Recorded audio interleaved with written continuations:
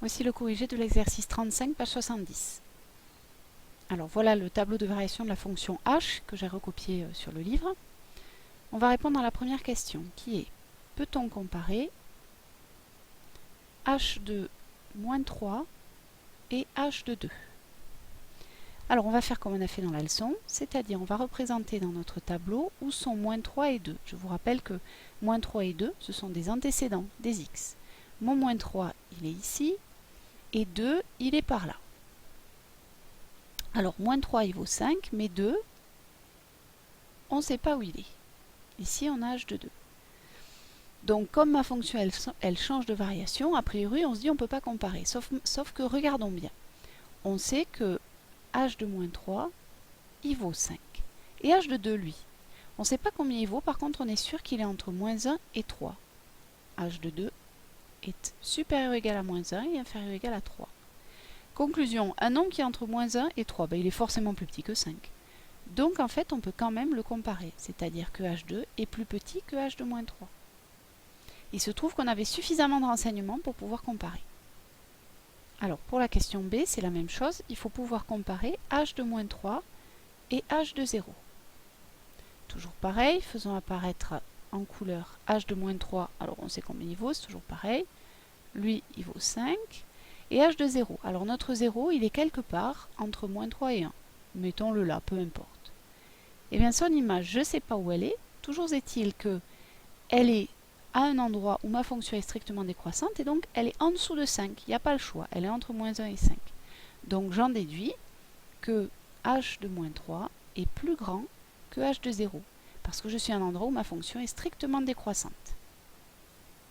Alors maintenant pour la question petit c, donc il faut comparer h de 3 et h de 4. Toujours la même technique, je vais placer mes x, mes antécédents, dans la ligne de mes x. Ici j'ai à comparer h de 3 et h de 4, donc je vais placer 3 et 4, dans l'ordre évidemment, peu importe où. Je me rends compte que l'image de 3, elle est par ici, l'image de 4, elle est là. Et comme je suis sur un intervalle 1,5 où ma fonction est strictement croissante, et bien je le vois graphiquement, enfin graphiquement dans mon tableau. L'image de 3, elle est forcément plus petite que l'image de 4, mais ma croix, elle est en dessous. Donc h de 3 est strictement plus petit que h de 4. Enfin, dans la dernière, il s'agit de comparer h de moins 1 et h de 3. Alors, toujours pareil, je vais représenter moins 1 et 3 sur mon tableau. Moins 1 est ici, et 3 il est par là, je ne sais pas où.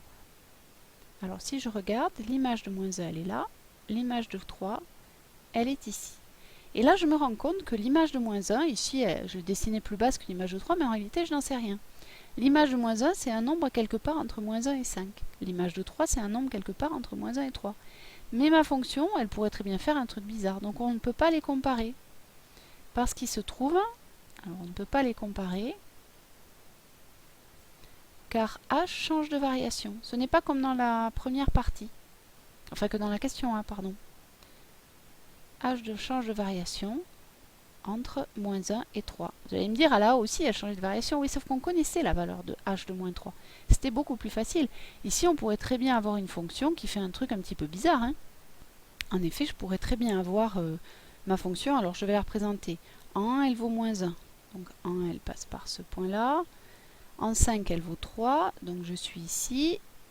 Donc moi, mon h de moins 1, il est quelque part au-dessus. Mais je pourrais très bien avoir quelque chose qui fait, voyons, soyons un peu malins, une fonction qui fait ça.